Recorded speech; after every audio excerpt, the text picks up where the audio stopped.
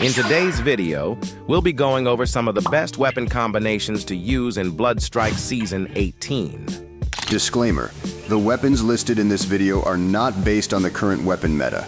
My first weapon combo is the QBZ and the INP9. These are by far the most broken weapons in Bloodstrike's current meta. Because of the buff the QBZ got in last weapon balance update, the QBZ now has armor-piercing rounds, which makes it one of the fastest killing assault rifles. Paired with the INP9, which has the same armor-piercing attachment, this weapon combo outclasses every other weapon in Bloodstrike. The best strikers to use with this weapon combo are Nova, Volt, and Zero.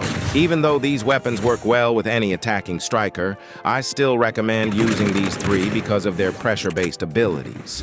These are the best loadouts for both the INP9 and the QBZ.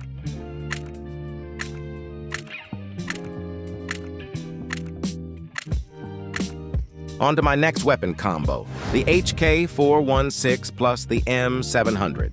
After the recent weapon changes, the M700 has finally become one of the best snipers. Unlike the last recommendation, this weapon combo focuses less on raw power and focuses more on versatility. With the HK416 having the best hip-fire accuracy in the assault rifle category, it gives the user the option to use it at both close and mid-range engagements. Although the HK416 more favors PC players because of its weaker aim assist compared to guns like the INP9, it's still a solid pick for more experienced players. The best strikers to use with this combo are Jack, Alondra, and Katya, since you'll need strikers who can easily get high ground. This is the best loadout for both weapons.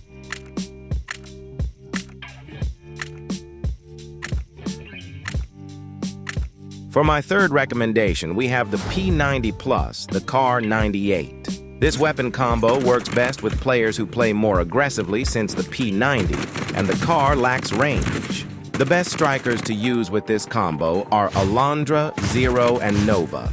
This will help with closing down the distance between you and your enemy, especially when facing an opponent who loves to camp. Although this weapon combination falls short on maps like Deserted Valley and Skyline Beach, it's still good for ranked games on Shutter Island.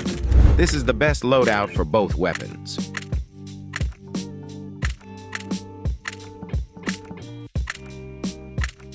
For my next weapon combo, we have the Spear plus the MP5. Both very underrated weapons in Bloodstrike's current meta. The Spear still does surprisingly well compared to other assault rifles even after its nerf. This makes it a solid option for both far and mid-range fights. The MP5 will be your main weapon for close-range fights since it has a very good balance of mobility and fire rate. Although I wouldn't recommend this to a new player, this weapon combo works very well, especially when you want something that no one else is using. These are my recommended loadouts.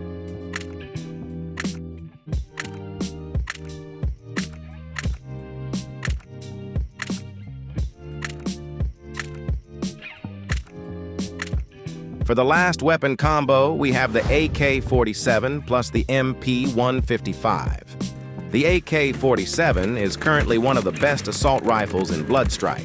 With decent range and high damage, the AK47 wins every long-range fight if you actually hit your shots. The MP155, although it's almost never used, is actually a great shotgun, especially when you know how to use it properly. Because so few players use it, most people don't expect how dangerous it can be in close-range fights. The AK-47 makes up for the shotgun's lack of range by giving you one of the hardest-hitting assault rifles for medium and long-range engagements. This combo is definitely a great pick for aggressive players who only play Shutter Island, since the MP155 works much better in tighter spaces where you can constantly force close-range fights. The strikers you should use while using this combo are Hank, Ethan, and Emma. Hank and Ethan makes it easier to survive while pushing into fights and keep the pressure on your opponents. And Emma gives you the healing needed to stay in the fight after every engagement. This combo is definitely a great pick for aggressive players who only play Shutter Island, since the MP155 works in more confined spaces. This is the best loadout for both weapons.